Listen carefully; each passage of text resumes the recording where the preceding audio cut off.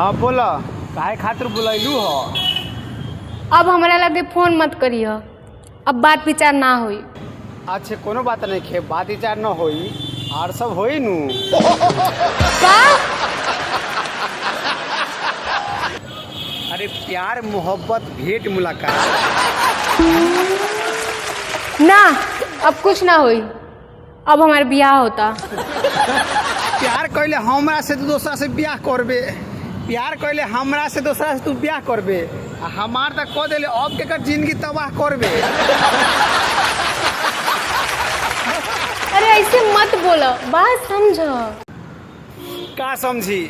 सारा तो हमार पैसा रेस्टोरेंट में उड़ाई के, सारा तो पैसा हमार रेस्टोरेंट में तो उड़ाई के आ धो देले लब सब डब से नहाई के। तो हम का करी? हम तो घरे कहबे कैले रहनी कि हम तो एगो लड़का से प्यार करेला और ओकरे से बियाह करे। तो घर के का कहता लोग? कहता लोग कि लड़का का करेला, तो हम का कहीं? कुछ ना करेला तो का करेला तू ही बतावा तो। गलती तो तू ना शुरू से कहलू, तोरा करे रही ना बाबूजी के बताई ह पकौड़ों के बिजनेस ह, तू काहे झूठे कहले करोड़ों के बिजनेस ह? करोड़ों और पकौड़ में ना तोरा का अंतर बुझाला? तोरा का पता चली हमारे का बीती है? ताप सूरज में होखेला जलना जमी के पड़ेला, ये मोहब्बत आँख से होखेला तर अपना दिल के पड़ेला। तू लड़की लोगों तो जाने वाला है के ना।